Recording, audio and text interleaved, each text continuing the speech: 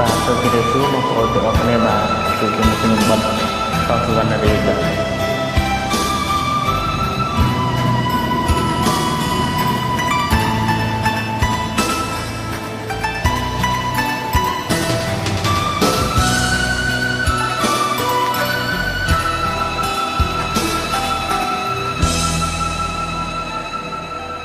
ឈាមជើងចេញទៀងទឹកភ្នែកហូរបេងដូងធ្ងោអាសូរខ្លួនឯងស្នេហាយើងអូនទុកដូចរឿងកំប្លែងអូនគិតថាវាជាល្បែងស្នេហាអូនប្រាំបងខ្លាចគេឈឺ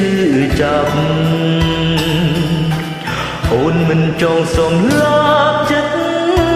គេចូលរូបបងម្នាក់នេះចេះឈឺចាប់ទេមានបេះដូងដូចគេដែលណាស្រី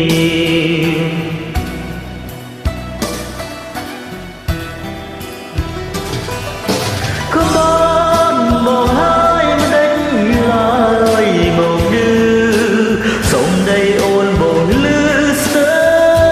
រឆ្កូនថ្ងៃណាស់គឺជឿចាប់បងនាងជួបបើចិត្តអូននៅតែក្បត់គង់មានថ្ងៃអូនម្ដង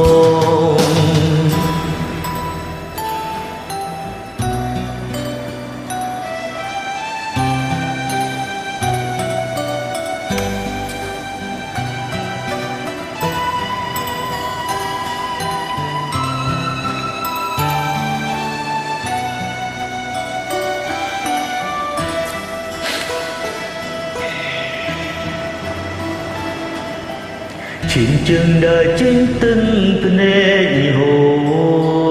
របេងដូងធ្ងោអាសូរខ្លួនឯងស្នេហាយើងអូនទុំដូចរឿងកំប្លែងអូនគិតថាវាជាល្បែងស្នេហាអូនប្រាំបងខ្លាចគេឈឺចាប់អូនមិនចង់សំលាប់ចិត្តគេចូលរូបបងម្នាក់នេះចេះជឿចាប់ទេមានបេះដូងដូចគេដែលណាស្រី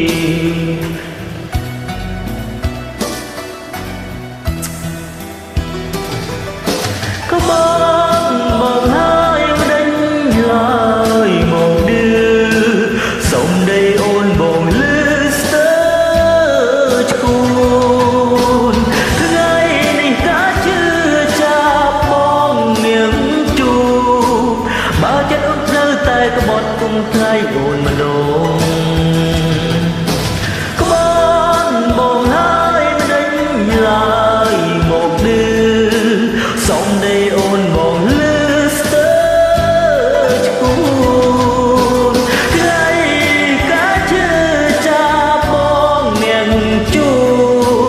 បើចិត្តអូននៅតែក្បត់នឹងមានថ្ងៃ